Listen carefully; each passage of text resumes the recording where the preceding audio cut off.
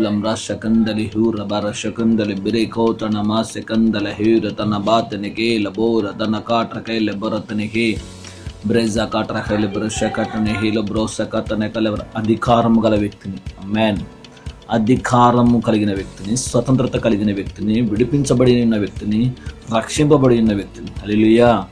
ఎందుకు నాకింత బలము, ఎందుకు నాకింత ధైర్యము, ఎందుకు మాకింత స్వతంత్రత, ఎందుకు మాకిది కంటే యేసుక్రీస్తు రక్తము వలన. హల్లెలూయా. ఉచితముగా నీతిమంతులుగా తీర్చబడి ఉన్నారు. హల్లెలూయా. ఉచితముగా రక్షింపబడి ఉన్నారు, ఉచితముగా విమోచింపబడి ఉన్నారు, విమోచన కలిగి ఉన్న వారముగా మనం ఉన్నాము. హల్లెలూయా. రక్షింపబడి ఉన్న వారముగా మనం ఉన్నాము, దేవుని చేత ఏర్పరచబడిన వారము, దేవుని చేత ఎన్నుకొనబడిన వారము, దేవుని చేత కలిగి ఉన్న వారము. హల్లెలూయా. అబ్రహాము, ఆదాము, ఇస్సాకు, యాకోబు, నోవాహు, ఇలా వారి సంతానము బట్టి నేను కాదు, కానీ క్రీస్తు సంతానముగా నాకు ఒక క్రొత్త జీవితము దేవుడు యేసుక్రీస్తు ద్వారా మనకు అనుగ్రహించాడు. హల్లెలూయా.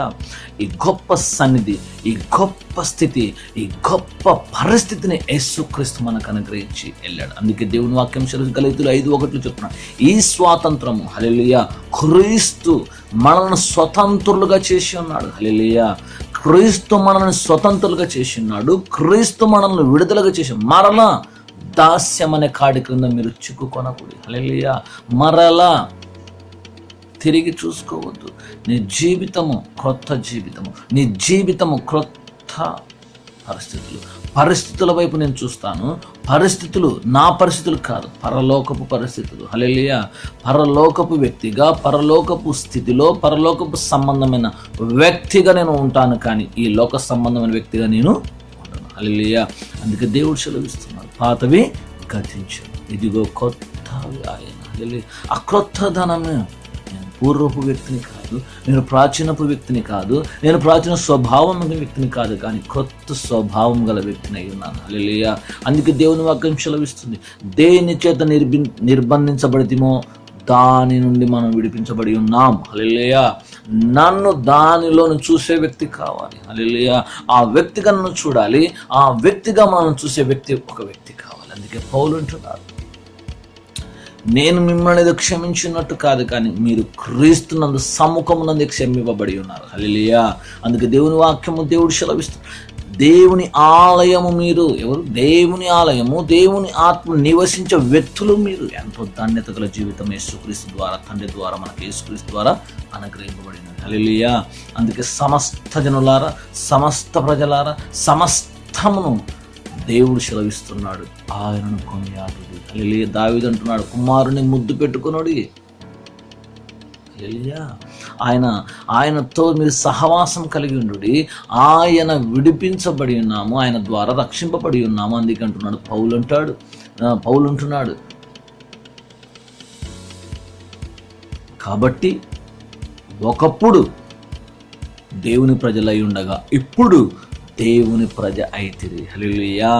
అందుకే దేవుని సెలవిస్తున్నాడు, పౌలు ద్వారా సంఘాలకు, పౌలు ద్వారా పత్రికలు రాస్తున్నాడు. దేవుని ఆత్మ ద్వారా, ఆ ఆత్మ చెబుతుంది, పరిశుద్ధాత్ముడు చెబుతున్నాడు, పరిశుద్ధాత్ముడు వినిపిస్తున్నాడు, పరిశుద్ధాత్ముడు మాట్లాడుతున్నాడు. ఆయన సెలవిస్తున్నాడు, మనము పరదేశులము. హల్లెలూయా. ఇక్కడ నుండి మనం ఇక్కడి వారము కాదు, పరదేశులము. ఆ పరదేశుల మీదంటే, ఆ పరదేశం ఏది? ఆ దేశం మీదంటే పరలోక రాజ్యం. హల్లెలూయా. నాకు ఒక స్థానం ఉంది, నాకు ఒక రాజ్యం ఉంది, నాకు ఒక స్థితి ఉంది, నాకు ఒక పరిస్థితి కలిగిన వ్యక్తి. నేను ఆషామాషి వ్యక్తిని కానే కాదు. హల్లెలూయా. అందుకే దేవుడు క్రైస్తవుడు అసాధ్యుడై ఉన్నాడు. హల్లెలూయా. క్రైస్తవుడు మామూలు వ్యక్తి కానే కాదు. క్రైస్తవుడు క్రీస్తు కలిగిన వ్యక్తి, సృష్టికర్తను కలిగిన వ్యక్తి, సృష్టికర్తను మోసుకొని చూపించేవాడే క్రైస్తవుడు. హల్లెలూయా. మరణాన్ని జయించిన వ్యక్తి, బాధలు జయించిన వ్యక్తి, రోగమును దాటి వచ్చిన వ్యక్తి, ఆ క్రీస్తును కలిగిన, క్రీస్తు జీవమై ఉన్నాడు, ఆ క్రీస్తు మనలో ఉన్నాడు. ఆ క్రీస్తును కలిగిన వ్యక్తి ఇంకా దేనికి లోబడడానికి కలిగిన వ్యక్తి కాదు, అన్నిటిని అధిగమించడానికి అధికమైన వ్యక్తి మనలో ఉన్నాడు. హల్లెలూయా. అత్యధికమైన వ్యక్తి, అసాధారణమైన వ్యక్తి, గొప్ప వ్యక్తి మనలో ఉన్నాడు. ఆ గొప్ప వ్యక్తి యేసుక్రీస్తు. హల్లెలూయా. అందుకే సమస్త జనులకు ఆయన ఆజ్ఞాపిస్తున్నాడు, భూ దిగంత నివాసులారా నా వైపు చూచి రక్షణ పొందుడి. హల్లెలూయా. నా వైపు చూస్తే మీరు ఆ రక్షణలో పొందడం జరుగుతుంది. హల్లెలూయా.